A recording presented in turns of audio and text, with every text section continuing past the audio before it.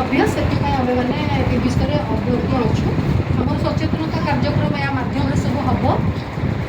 ଆପଣମାନେ ସମସ୍ତେ ପାର୍ଟି କାମ କରୁଛନ୍ତି, କିନ୍ତୁ ଟିକେ ପାର୍ଟି କାମ କଲାବେଳେ ବି ଆମର ଏଇଟା ତ୍ରିସ୍ତରୀୟ ଆକ୍ଚୁଆଲି ଅଛି।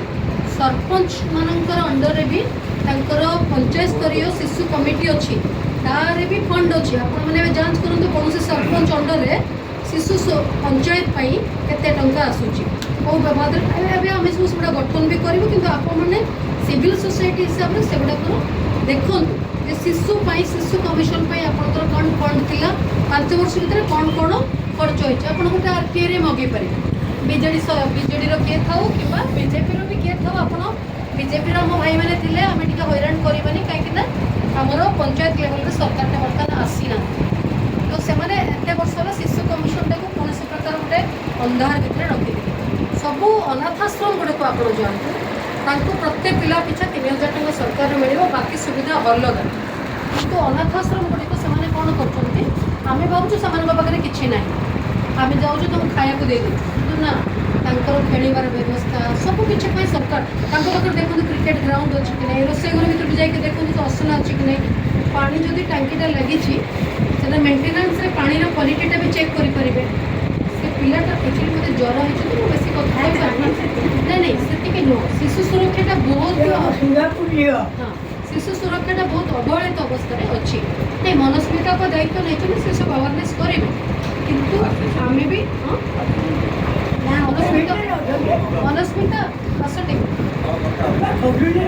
ମନସ୍ମିତା ଦାୟିତ୍ୱ ନେଇଛି। ମୋ ଘର ସିଙ୍ଗାପୁର, କାଦମୁଗୁର ମୋ ମାମୁଁ ଘର, କିନ୍ତୁ ବାପା ଯେହେତୁ ପୋଲିସ ମୋ ବାଉଡ଼ା ବାପାଙ୍କୁ ସେ ଚିହ୍ନିଛନ୍ତି।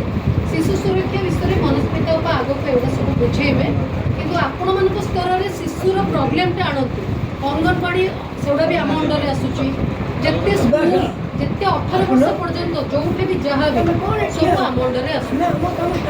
ସେଗୁଡ଼ିକୁ ଆମେ ଶିଶୁ ଯେହେତୁ ଭୋଟର ନୁହଁ, ସେଥିପାଇଁ ଆମେ ତାଙ୍କ ପ୍ରତି ବିଲକୁଲ ବି ଯତ୍ନବାନ ନୁହଁ। ଆମ ଛୁଆଟେ ବି ଯଦି କିଏ ଗୋଟେ ସିଙ୍ଗଲ ପ୍ୟାରେଣ୍ଟ ଅଛି, ଧନୀ ଘରର ବାପା ମା ନାହାନ୍ତି, ତଥାପି ସେ 4000 ଟଙ୍କା ମାସକୁ ପାଇବ ସରକାର। ଶିଶୁ କମିଶନ ତ ତମକୁ ଦାୟିତ୍ୱ ଦିଆଯାଇଛି ଯାଜପୁରର। ମୁଁ ଯେହେତୁ ଯାଜପୁରର ଝିଅ, ମୋର ଗାଁର ଲୋକମାନେ ଠିଆ ହେଇଛନ୍ତି। ହଁ ସେ ସବୁ ଦେବେ, ଆସିବେ। ଆପଣ ନିରଞ୍ଜନ ବାବୁ କାହାନ୍ତି? ନିରଞ୍ଜନ ବାବୁ ସମସ୍ତଙ୍କୁ ଟିକେ ନିରଞ୍ଜନ ବାବୁଙ୍କୁ ଡାକିଦେବେ କୋଅର୍ଡିନେସନ ପାଇଁ ସମସ୍ତଙ୍କୁ ଡାକିକି ଏ ବିଷୟରେ କ'ଣ କ'ଣ ହେଇପାରିବ ଆମ ସଂଗଠନ ସରକାରକୁ ଆଗାମୀ ଦିନରେ କଥା ସବୁ କରିବେ। ଟିକେ ନିରଞ୍ଜନ ବାବୁଙ୍କୁ ଡାକିଦେବେ। ଦେଖନ୍ତୁ ଏବେ ବି ଆପଣମାନେ ମୁଁ ଭଦ୍ରକ 2 ଦିନିଆ ଭିଜିଟ୍ରେ ଗଲି, ଏବେ ବି ସ୍ପନ୍ସରସିପ୍ ଆମର ଯେଉଁମାନଙ୍କର ବାପାଙ୍କର ଡେଥ୍ ହେଇଛି, ବହୁତ ଗରିବ ମା, 4000 ଟଙ୍କା ବାର୍ଷିକ ଯୋଜନାରେ ପିଲା ପାଉଛନ୍ତି। ମିଶନ ବାତ୍ସଲ୍ୟ ଆପଣ ଖୋଲିକି ଦେଖନ୍ତୁ।